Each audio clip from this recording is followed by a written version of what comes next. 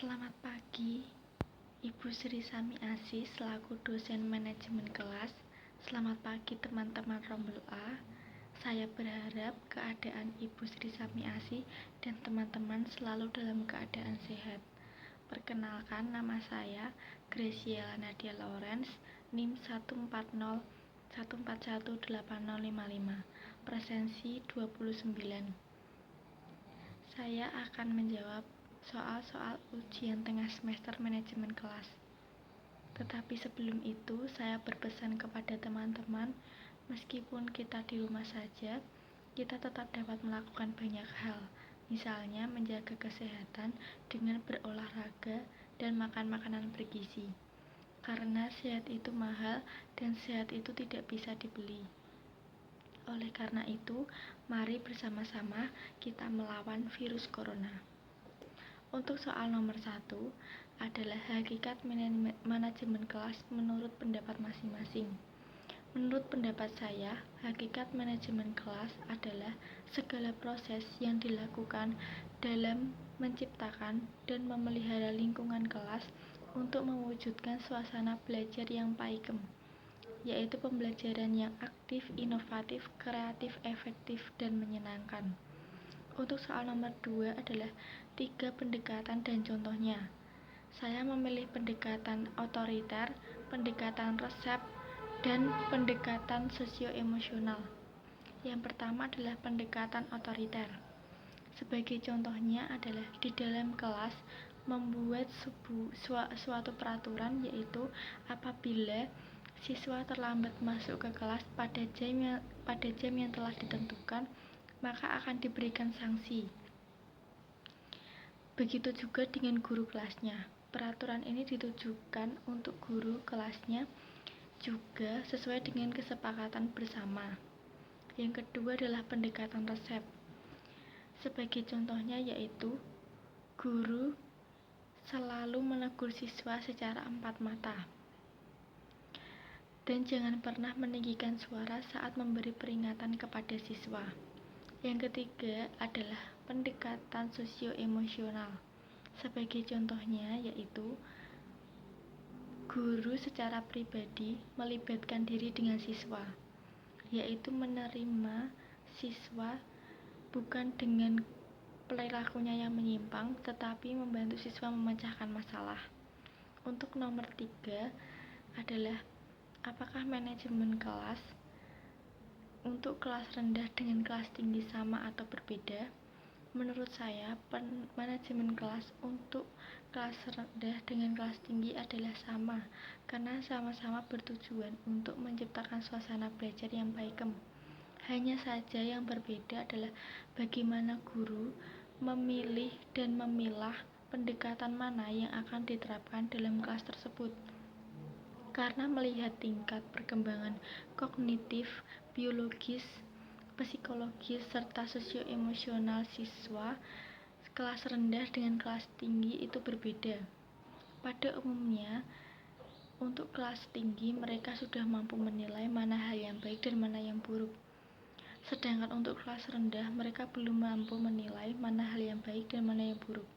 Pada intinya, pendekatan dalam manajemen kelas disesuaikan dengan tahap perkembangan peserta didik dan situasi kondisi kelas tersebut.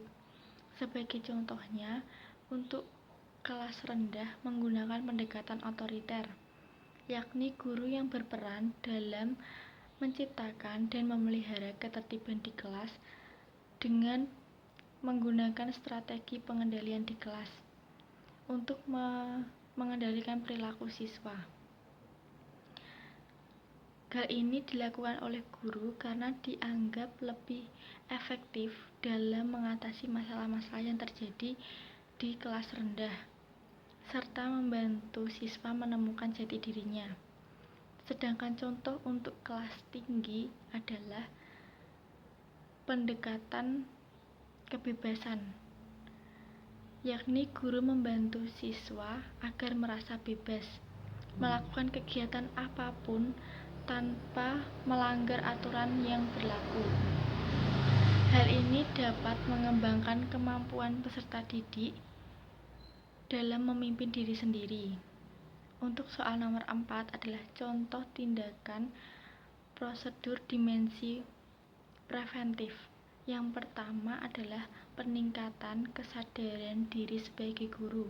Yang kedua adalah peningkatan kesadaran peserta didik. Yang ketiga adalah sikap tulus dari guru. Yang keempat adalah mengenal alternatif pengelolaan. Yang kelima adalah menciptakan kontrak sosial. Yang pertama adalah peningkatan kesadaran diri dari sebagai guru. Nah, sebagai ilustrasinya adalah sikap yang demokratis, kepribadian yang harmonis, dan berwibawa. Sikap yang seperti itu dapat menimbulkan respon yang positif dari peserta didik. Yang kedua adalah peningkatan kesadaran peserta didik, yaitu dengan memberitahu hak dan kewajiban sebagai peserta didik, menciptakan suasana saling menghargai dan keterbukaan antara guru dan peserta didik, serta memperhatikan kebutuhan dan perhatian dari peserta didik.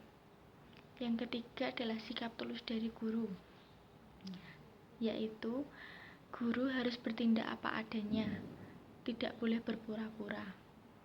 Seperti sikap hangat, terbuka, dan keakraban dengan guru dapat menimbulkan interaksi antara guru dan peserta didik. Yang keempat adalah mengenal alternatif pengelolaan, yaitu melakukan tindakan identifikasi penyimpangan tingkah laku peserta didik dan mengenal berbagai macam pendekatan dalam manajemen kelas. Yang kelima adalah menciptakan kontrak sosial, yaitu tata tertib dan sanksinya yang ada di kelas mengatur kehidupan di dalam kelas. Untuk soal nomor 5, contoh tindakan prosedur dimensi kuratif. Yang pertama adalah mengidentifikasi masalah. Yang kedua adalah menganalisis masalah. Yang ketiga adalah menilai alternatif pemecahan. Yang keempat adalah mendapat balikan. Yang pertama adalah mengidentifikasi masalah. Nah, guru mengenal dan mengetahui masalah dalam pengelolaan kelas yang timbul di kelas tersebut. Nah, yang kedua adalah mengidentifikasi masalah. Menganalisis masalah. Guru menganalisis dan mencari tahu latar belakang dari penyimpangan tingkah laku peserta didik tersebut, apa yang menyebabkan penyimpangan yang dilakukan oleh peserta didik tersebut. Yang ketiga adalah menilai alternatif pemecahan. Nah, di sini guru menilai dan memilih alternatif pemecahan masalah yang tepat yang digunakan untuk memecahkan masalah tersebut. Yang keempat adalah mendapat balikan.